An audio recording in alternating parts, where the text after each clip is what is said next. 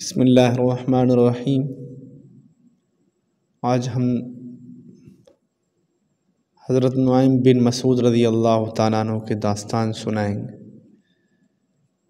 تو چلیے شروع کرتے ہیں۔ نعیم بن مسعود رضی اللہ تعالیٰ عنہ جانتا ہے کہ جنگ میں دھوکہ دینا بنیادی اہمیت رکھتا ہے۔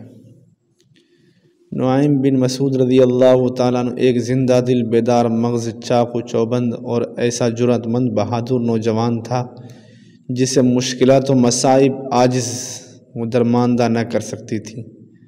اللہ تعالیٰ نے اسے فہم و فراست، عقل و دانش اور باریک بینی کا وافر حصہ عطا کر رکھا تھا، لیکن اس کے ساتھ ساتھ یہ شوقین مزاج، رنگین طبع اور عیش و عشرت کا دل دادا بھی تھا۔ رنگین مزاجی میں یثرب میں بسنے والے یہودیوں سے بھی 2 قدم آگے تھا۔ جب بھی اس کے دل میں کسی مغنیہ سے ملاقات اور گانا سننے کا شوق پیدا ہوتا تو وافر مقدار میں مال و متاع لے کر نجد سے سوئے یثرب روانہ ہو جاتا۔ وہاں پہنچ کر یثرب کے باشندوں پر بے دریغ دولت نچھاور کرتا تاکہ وہ خوش ہو کر اس کے لیے دل پسند عیش و عشرت کا ماحول مہیا کریں۔ اس لیے نعیم کا یثرب میں اکثر آنا جانا رہتا اور یثرب کے یہودیوں سے اس کے گہرے تعلقات قائم ہو چکے تھے۔ خاص طور پر بنو قریظہ سے اس کی بہت گہری دوستی تھی۔ یہ سب اسلام لانے سے پہلے کی بات ہے، جب اللہ سبحانہ و تعالیٰ نے رسول اقدس صلی اللہ علیہ وسلم کو رشد و ہدایت اور حق و صداقت کا سرچشمہ دین اسلام دے کر بھیجا اور اس طرح انسانیت پر اپنے فضل و کرم کی برکھا برسائی اور اسلام کی نورانی کرنوں سے مکہ معظمہ کے در و دیوار چمک اٹھے، لیکن نعیم بن مسعود اپنی دھن میں مگن رہا۔ دین جدید سے اس لیے پہلو تہی اختیار کی کہ یہ میری عیش و عشرت میں رکاوٹ بن جائے گا۔ اس طرح یہ اسلام کے بدترین دشمنوں کے ساتھ مل گیا تاکہ اپنی تلوار سے اس کی بیخ کونی یعنی جڑ اکھاڑنے کے کام کر سکے۔ لیکن نعیم بن مسعود رضی اللہ تعالیٰ عنہ نے غزوہ احزاب میں ایک ایسا کارنامہ سر انجام دیا جو اسلامی تاریخ میں ایک سنہری باب کی حیثیت سے ہمیشہ یاد رہے گا۔ اس کارنامے نے جنگی تاریخ میں ایک ایسی کہانی جنم دی جسے سن کر بڑے بڑے دانشور ورطۂ حیرت میں پڑ گئے۔ اس داستان کو شروع کرنے سے پہلے آپ سے درخواست ہے کہ چینل کو سبسکرائب کر دیں اور اب یہ بھی آنے والا کہ اسلام کس طرح لائے۔ تو چلیے آگے بڑھتے ہیں۔ نعیم بن مسعود رضی اللہ تعالیٰ عنہ کا یہ کارنامہ جاننے کے لیے آپ کو ذرا سا پس منظر میں جھانکنا پڑے گا۔ غزوہ احزاب سے چند روز پہلے یثرب کے یہودی بنو نذیر حرکت میں آئے اور رسول اقدس صلی اللہ علیہ وسلم سے نبرد آزما ہونے کے لیے آپس میں منظم ہو کر تیاریاں کرنے لگے تاکہ ایک بارگی زوردار حملے سے رسول اللہ صلی اللہ علیہ وسلم اور اس کے لائے ہوئے دین کا کام تمام کر دیا جائے۔ اس سلسلے میں مدینہ کے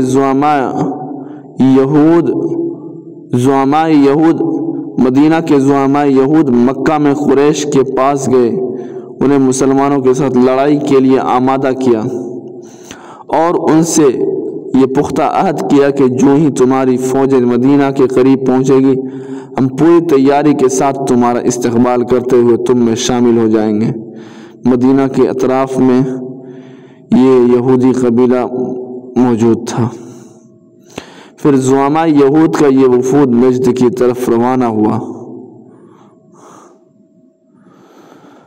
اور وہاں جا کر بنو عطفان سے ملا اور انہیں اسلام اور نبی اکرم صلی اللہ علیہ وسلم کے خلاف بھڑکایا اور دین جدید کی بیخ کونی کے لیے آمادہ کرنے کی بھرپور کوشش کی اور رازدانہ انداز میں انہیں اپنے اور قریش کے مابین طے پایا جانے والا معاہدے کے بارے میں آگاہ کیا۔ بالآخر بنو غطفان کے ساتھ بھی وہی معاہدہ طے پایا جو قریش کے ساتھ طے پایا تھا۔ یہ بنو نذیر جو مدینہ کے اطراف میں تھے، یہودی قبیلہ یہی بھاگا۔ قریش اپنے قائد ابو سفیان بن حرب کی زیر کمان بڑے تمطراق سے مکہ سے سوئے مدینہ روانہ ہوئے۔ لشکر میں گھوڑ سوار بھی تھے اور پیادہ پا بھی یعنی پیدل چلنے والے بھی قابل ذکر کوئی قریشی بھی مکہ میں نہ رہا، یعنی ایک بھی مکہ میں میرا بلکہ سب جو ہے لشکر میرا شامل ہو گئے۔ اسی طرح بنو غطفان اپنے سپہ سالار عینہ بن حفص غطفانی کی قیادت میں نجد سے روانہ ہوئے۔ بنو غطفان کے لشکر میں اس داستان کے ہیرو جناب نعیم بن مسعود بھی رضی اللہ تعالیٰ عنہ بھی تھے، بھی اسلام قبول نہیں کیے تھے۔ جب رسول اقدس صلی اللہ علیہ وسلم کو دشمن افواج کی آمد کا پتہ چلا تو مشورے کے لیے اپنے صحابہ کرام رضی اللہ تعالیٰ عنہ مجمعین کو اکٹھا کیا۔ سوچ و بچار کے بعد یہ بات طے پائی کہ حفاظتی اقدامات کے لیے مدینہ منورہ کے ارد گرد خندق کھودی جائے۔ اتنے بڑے لشکر کا دفاع کرنے کے لیے یہ خندق بہت مفید ثابت ہوگی۔ مکہ اور نجد سے آنے والے دونوں لشکر جو ہی مدینہ منورہ کے قریب پہنچے، یہودی قبیلے بنو نذیر کے زعماء مدینہ میں آباد یہودی قبیلے بنو نذیر کے زعماء یعنی سردار مدینہ میں آباد بنو قریظہ کے پاس پہنچے اور انہیں نبی اکرم صلی اللہ علیہ وسلم کے خلاف لڑائی میں بھرپور شرکت کی دعوت دی اور انہیں مکہ اور نجد سے آنے والے لشکروں کا خیر مقدم کرنے کے لیے آمادہ کیا۔ بنو قریظہ کے زعماء نے انہیں کہا، آپ لوگوں نے دل پسند اور مرغوب کام کی طرف ہمیں دعوت دی ہے، ہم بھی یہی چاہتے ہیں، لیکن تم جانتے ہو کہ ہماری یہ مجبوری ہے،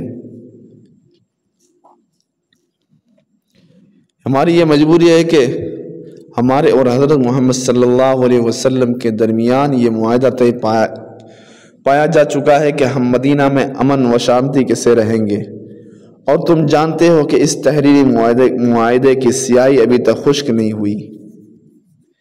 ہمیں اندیشہ ہے کہ اگر حضرت محمد صلی اللہ علیہ وسلم اس لڑائی میں کامیاب ہو گئے تو ان کی ہم پہ گرفت مضبوط ہو جائے گی اور وہ ہمیں معاہدہ توڑنے کے جرم میں تہس نہس کر کے رکھ دیں گے۔ لیکن بنو نذیر کے زعماء انہیں مسلسل معاہدہ توڑنے کے لیے اکساتے رہے، بنو قریظہ کو، اور اس سلسلے میں انہیں سبز باغ دکھلاتے رہے۔ بنو قریظہ جو ہے یہودی تھے اور مدینہ کے اطراف میں رہتے تھے، انہی سے معاہدہ ہوا تھا آپ علیہ السلام سے، اور انہوں نے فیصلہ کن انداز میں کہا کہ اس دفعہ مسلمان اپنے انجام کو پہنچ جائیں گے۔ بنو نذیر کا بنو قریظہ کو، اور یہ بھی بتایا کہ ہماری مدد کے لیے 2 بڑے لشکر بس پہنچنے ہی والے ہیں۔ بالآخر بنو قریظہ نے بنو نذیر کی چکنی چپڑی باتوں سے متاثر ہو کر رسول اقدس صلی اللہ علیہ وسلم کے ساتھ کیا ہوا معاہدہ توڑ دیا اور تحریری دستاویز کو پھاڑ ڈالا اور مسلمانوں کے خلاف غزوہ احزاب میں شمولیت کا اعلان کر دیا۔ یہ خبر مسلمانوں پر بجلی بن کر گری۔ رسول اکرم صلی اللہ علیہ وسلم نے یہ محسوس کیا کہ اب وہ دونوں جانب سے دشمن کے نرغے میں ہیں۔ قریش اور بنو غطفان ہمارے مقابلے کے لیے باہر سے آ رہے ہیں اور بنو قریظہ مدینہ منورہ کے اندر سے ہمارے مقابلے کے لیے کھڑے ہوئے ہیں۔ ان کے علاوہ وہ لوگ جن کے دلوں میں نفاق کا مرض تھا، منافقین، کہنے لگے کہ حضرت محمد صلی اللہ علیہ وسلم کا تو ہم سے وعدہ تھا کہ ہم کسریٰ و قیصر کے مالک بن جائیں گے۔ اس وقت یہ بہت بڑی حکومت تھی، بہت بڑی سلطنت تھی کسریٰ اور قیصر، اور آج ہماری یہ حالت ہے کہ ہم میں سے کوئی بے خوف بیت الخلا تک بھی نہیں جا سکتا۔ پھر وہ یہ کے بعد دیگر مسلمانوں سے علیحدہ ہونے لگے۔ انہیں یہ اندیشہ تھا کہ داخلی محاذ سے بنو قریظہ کے حملہ آور ہونے کی بنا پر ہماری عورتیں، بچے اور گھر محفوظ نہیں رہیں گے۔ اب صورتحال یہ ہو گئی کہ چند سینکڑے وہی مسلمان آپ کے ساتھ رہ گئے جو پختہ ایمان کے حامل تھے، دشمن کی جانب سے محاصرے کو تقریباً 20 دن گزر چکے تھے۔ اندرونی و بیرونی اعتبار سے حالات ناگفتہ صورت اختیار کر چکے تھے، یعنی حالت بہت خراب ہو چکے تھے مسلمانوں کے بھی، کیونکہ 20 دن سے محاصرے میں تھے۔ اس نازک ترین اور اندوناک صورتحال کو دیکھ کر ایک رات رسول اکرم صلی اللہ علیہ وسلم بارگاہ رب العالمین میں گڑ گڑاتے ہوئے یہ بار بار یہ فرمانے لگے، الہی اپنے وعدے کے مطابق ہماری مدد فرما، الہی اپنے وعدے کے مطابق ہماری مدد فرما۔ ادھر آپ فرما رہے تھے اور ادھر نعیم بن مسعود رضی اللہ تعالیٰ عنہ بستر پر لیٹے بڑی بے چینی کے ساتھ کروٹیں لے رہے تھے۔ بےتابی و اضطراب کی وجہ سے نیند نہیں آ رہی تھی۔ اپنی نگاہ کو صاف و شفاف آسمان پر جگمگاتے تاروں میں دوڑا رہے تھے اور گہری سوچ میں پڑے ہوئے تھے۔ پھر وہ اپنے دل سے محو گفتگو ہوئے، یعنی اپنے دل سے باتیں کرتے ہوئے کہنے لگے، نعیم تجھ پر افسوس ہے، نجد جیسے دور دراز علاقے سے برگزیدہ شخص اور اس کے ساتھیوں سے تم کیوں لڑنے آئے ہو؟ تم کسی چھینے ہوئے حق کو حاصل کرنے یا پامال شدہ عزت کو بحال کرنے کے لیے؟ تو ان سے نہیں لڑ رہے، تم بغیر کسی وجہ کے لڑنے آئے ہو، اپنے دل سے کہہ رہے تھے نعیم بن مسعود رضی اللہ عنہ۔ کیا تجھ جیسے دانش مند شخص کے لیے مناسب ہے کہ وہ بلا وجہ کسی کو مارے یا خود مرے؟ نعیم تجھ پر صد افسوس، بھلا تجھے کیا چیز پر انگیختہ کرتی ہے کہ تم ایک ایسے برگزیدہ شخص کے مقابلے میں آؤ جو اپنے ماننے والوں کو عدل و انصاف اور صدقہ و خیرات کا حکم دیتا ہے؟ بھلا تجھے کیا چیز انگیخت کرتی ہے، یعنی بھڑکاتی ہے، لڑنے پر آمادہ کرتی ہے؟ کیا چیز ہے وہ؟ کیوں لڑ رہے ہو؟ کہ تم اپنا نیزہ ان ساتھیوں کے خون میں رنگو جنہوں نے اس رشد و ہدایت کے پیغام کی پیروی کی جو آپ صلی اللہ علیہ وسلم ان کے پاس لے کر آئے۔ جناب نعیم کے رضی اللہ تعالیٰ کے دل میں یہ خیالات و افکار گردش کر رہے تھے کہ اچانک انہوں نے ایک انقلابی اقدام کرنے کا تاریخی فیصلہ کر لیا اور سوچا کہ اس فیصلے کو فوری طور پر نافذ کر دیا جائے۔ نعیم بن مسعود رضی اللہ تعالیٰ عنہ رات کی تاریکی میں اپنی چھاونی سے نکلنے اور تیز تیز چلتے ہوئے رسول اقدس صلی اللہ علیہ وسلم کے پاس پہنچ گئے۔ جب نبی اکرم صلی اللہ علیہ وسلم نے اسے اپنے سامنے تسلیم و رضا اور ادب و احترام کی تصویر بنے کھڑے ہوئے دیکھا تو ارشاد فرمایا، کیا تم نعیم بن مسعود ہو؟ عرض کیا، ہاں یا رسول اللہ صلی اللہ علیہ وسلم۔ فرمایا، اس وقت یہاں کیسے آئے ہو؟ عرض کیا، حضور صلی اللہ علیہ وسلم، میں اس لیے حاضر ہوا ہوں تاکہ یہ گواہی دوں کہ اللہ کے سوا کوئی معبود حقیقی نہیں اور آپ اللہ کے بندے اور اس کے رسول ہیں، اور جو بھی پیغام آپ لے کر آئے ہیں وہ برحق ہے۔ پھر اس کے بعد عرض کرنے لگے، یا رسول اللہ صلی اللہ علیہ وسلم، میں نے اسلام قبول کر لیا اور میرے مسلمان ہونے کا میری قوم کو ابھی علم نہیں ہوا۔ اب جو بھی آپ مجھے حکم دیں گے میں برضا و رغبت اسے بجا لاؤں گا۔ رسول اکرم صلی اللہ علیہ وسلم نے ارشاد فرمایا، تم واپس اپنی قوم میں جاؤ اور کوئی ایسی چال چلو جس سے دشمن کے موجودہ محاصرے میں اضمحلال پیدا ہو،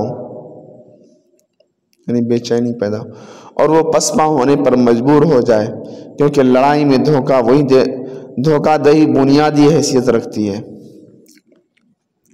لڑائی میں دھوکہ دہی بنیادی حیثیت رکھتی ہے، لیکن یہ بات یاد رکھنی چاہیے کہ یہ لڑائی جب اللہ کے لیے ہو تب، نہ کہ اپنے بھائیوں سے، اپنی جائیداد کے لیے، اپنے مال کے لیے، اپنی جان کے لیے، بلکہ صرف اور صرف اللہ کے لیے، تبھی دھوکہ دے سکتے ہیں، صرف جہاد میں۔ عرض کیا، ہاں یا رسول اللہ صلی اللہ علیہ وسلم، چشم ما روشن دل ما شاد، میں دشمن کے خلاف ایسی چال چلوں گا کہ آپ دیکھ کر خوش ہو جائیں گے۔ نعیم بن مسعود رضی اللہ تعالیٰ عنہ فوری طور پر بنو قریظہ کے پاس پہنچے۔ وہ پہلے ان کے ہم پیالہ و ہم نوالا تھے، یعنی کہ کھانے پینے میں ساتھ تھے۔ ان سے کہا، اے بنو قریظہ، تم جانتے ہو کہ میں تم سے کتنی محبت کرتا ہوں۔ اور تمہارے لیے کس قدر خیر خواہی کے جذبات رکھتا ہوں؟ انہوں نے کہا ہاں، آپ ہمارے جگری دوست ہیں۔ اس نے کہا اس لڑائی میں قریش اور بنو غطفان کی حیثیت تم سے مختلف ہے۔ انہوں نے پوچھا وہ کیسے؟ اس نے کہا یہ تمہارا شہر ہے، اس میں تمہارا مال، اولاد اور عورتیں ہیں، تم اس شہر کو چھوڑ کر کہیں نہیں جا سکتے۔ یہ قریش اور بنو غطفان کا شہر نہیں، ان کے مال، اولاد، عورتیں کسی دوسرے شہر میں ہیں۔ وہ حضرت محمد صلی اللہ علیہ وسلم اور ان کے ساتھیوں سے لڑائی کرنے آئے ہیں۔ انہوں نے تمہیں مسلمانوں کے ساتھ معاہدہ توڑنے اور اپنی مدد کے لیے تمہیں پکارا تو تم نے ان کی بات کو تسلیم کر لیا۔ اگر وہ اس لڑائی میں کامیاب ہو گئے تو اسے غنیمت سمجھیں گے اور جی بھر کر مال غنیمت سمیٹ کر لے جائیں گے۔ اگر لڑائی میں ناکام ہو گئے تو اپنے گھروں کو واپس لوٹ جائیں گے اور تمہیں یہاں مسلمانوں کو نشانہ بننا پڑے گا، اور تم جانتے ہو کہ اس صورتحال میں تم کچھ نہ کر سکو گے۔ انہوں نے کہا تم سچ کہتے ہو، ہم کیا کریں، تمہاری کیا رائے ہے؟ اس نے کہا میری مخلصانہ رائے یہ ہے کہ تم اس شرط پر اس لڑائی میں ان کا ساتھ دو کہ وہ اپنے چند معزز افراد تمہارے پاس بطور گروی رکھیں، اس طرح وہ تمہارے شانہ بشانہ مسلمانوں کے خلاف آخر دم تک لڑیں گے، یا وہ کامیاب ہوں گے یا اس میدان میں وہ فنا ہو جائیں گے۔ انہوں نے کہا آپ نے بڑے پتے کی بات کی ہے، آج آپ نے دوستی و خیر خواہی کا حق ادا کر دیا۔ پھر وہ ان کے پاس سے اٹھے اور سیدھے قریش کے سردار ابو سفیان بن حرب کے پاس گئے اور ان سے کہا اے خاندان قریش، تم اچھی طرح جانتے ہو کہ مجھے تم سے محبت ہے اور محمد صلی اللہ علیہ وسلم سے عداوت ہے۔ مجھے آج ایک بات کا پتہ چلا اور میں تمہیں فوراً بتانے چلا آیا۔ تمہارے لیے بہتر یہ ہے کہ اسے چھپائے رکھنا اور میرے حوالے سے کسی کو نہ بتانا۔ انہوں نے کہا بالکل ٹھیک، ہمارا آپ سے وعدہ رہا، ہم کسی کو نہیں بتائیں گے۔ اس نے کہا بنو قریظہ محمد صلی اللہ علیہ وسلم سے جھگڑے پر بڑے ہی نادم ہوئے ہیں اور انہوں نے محمد صلی اللہ علیہ وسلم کی طرف یہ پیغام بھیجا ہے کہ ہم اپنے کیے پر بہت شرمندہ ہیں، ہمیں معاف کیا جائے۔ ہم دوبارہ آپ کے ساتھ امن اور شانتی کے ساتھ رہنے کا معاہدہ کرنا چاہتے ہیں۔ آپ اگر چاہیں تو قریش اور بنو غطفان کے بیشتر معروف افراد آپ کے سپرد کرنے کا اہتمام کر دیں گے، چاہیں تو آپ ان کی گردنیں اڑا دیں، پھر ہم آپ کے شانہ بشانہ ان کے خلاف لڑیں گے یہاں تک کہ آپ ان کا کام تمام کر سکیں۔ پھر اس نے اپنی گفتگو جاری رکھتے ہوئے ارشاد فرمایا اگر یہودی تمہارے افراد اپنے پاس گروی رکھنے کا مطالبہ کریں تو کوئی اپنا فرد ان کے سپرد نہ کرنا۔ ابو سفیان نے یہ باتیں سن کر کہا تم ہمارے بہترین دوست اور گواہ ہو، آپ کو جزائے خیر نصیب ہو۔ پھر نعیم ابو سفیان کے پاس سے اٹھے اور سیدھے اپنی قوم بنو غطفان کے پاس پہنچے اور ان سے وہی باتیں کی جو ابو سفیان سے کی تھی، اور انہیں بھی صورتحال سے آگاہ کرتے ہوئے اسی طرح ڈرایا جس طرح ابو سفیان کو اندرونی خطروں سے خوفزدہ کیا۔ ابو سفیان نے بنو قریظہ کا امتحان لینے کے لیے اپنے بیٹے کو ان کے پاس بھیجا۔